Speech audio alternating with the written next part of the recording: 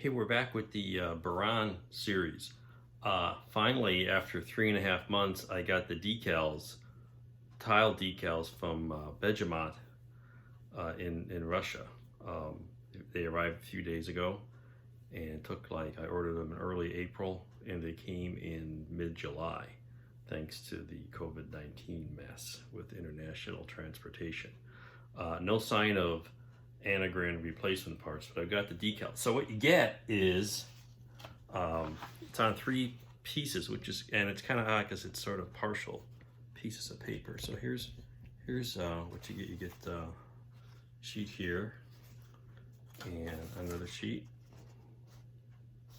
and a third sheet, and that takes you. Basically, you're going to cover the entire model with decals. And I did request, and he sent a sort of instructions because some of them it's not obvious where they go. So I ordered 2 sets. That's a full set there, and I've started working on this thing today. So I got my nice little stand. I've done a little bit on the bottom, as you can see here. Kind of started in the back, working my way up. They're not exactly perfect. They fit nice. I gave the model 2 coats of Future with my airbrush, and so far there's no silvering. They're nice and thin. They set down very nicely. They slide off well. They're very, very well made. Problem I've had is some of them are pretty big. That hasn't been too much of a problem, but what that tends to happen is sometimes the corners fold under itself, and it's very difficult to unfold once it's folded underneath it. So I'm trying to do sections at a time. So I got that started. I got the flaps in the back done. Started doing, it's got crazy little parts, decals for the back dome. And then I started working on the nose area. Not too bad. Again, there's little fragile parts around the window trim. There's a wraparound for the main windows, which look nice. I've left the masking on. It appears that there's clear film over the windows. I'll just trim that all out and cut it off later.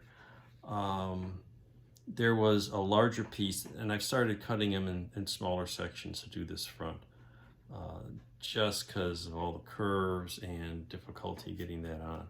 So we've got a start on that.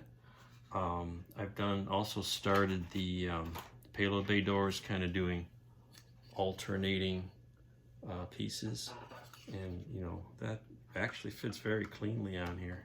Be very nice. These are a little long. I'm gonna have to trim that. You can see that there. I've trimmed some of the other ones.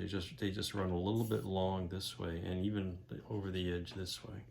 So they're a little off there, but I made a photocopy first, and I cut some out just to see how they'd fit, and kind of figured, I should probably cut them there, and that's what I've been doing. So this section, for example, will go on here, and then wrap around the bottom, and that was part of a larger piece, which I didn't think was gonna work too well if I tried to do it all at once. So this is what it's gonna look like. I think it's gonna look pretty cool with tile decals. I did buy the second set, and I think what's gonna happen is I bought it in case I could get by. Sometimes you need a spare one because you mess up. So far I'm doing okay. I've got some little glitches to fix, but what I'm gonna do is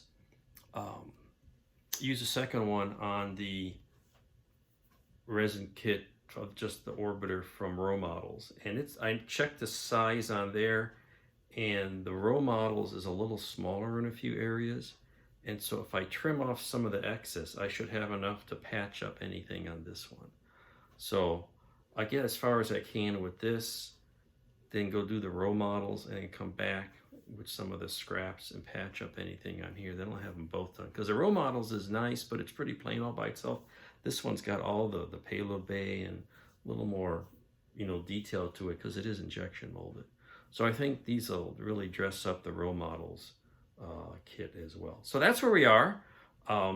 This has been kind of fun, kind of fussy, as you can imagine, but it'll look pretty cool when it's all done. So that's probably going to be the next episode when this is all wrapped up, and maybe with the role models as well. So hang in there. Happy modeling. Stay safe out there. Bye.